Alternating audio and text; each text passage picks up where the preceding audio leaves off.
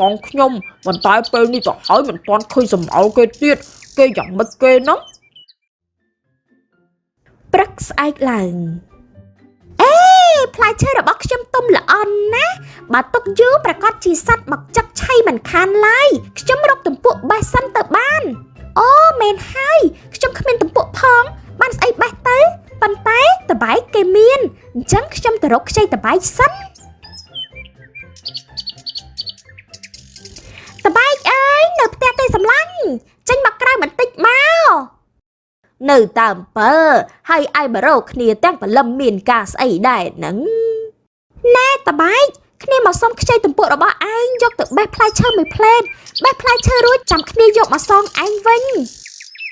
មិនអីទេខ្ចីក៏ខ្ចីទៅតែបេះរួចបញ្ញាប់យកមកសងគ្រូតាទីឆ្ងាញ់កាន់តែញ៉ាំកាន់តែជាប់ចាន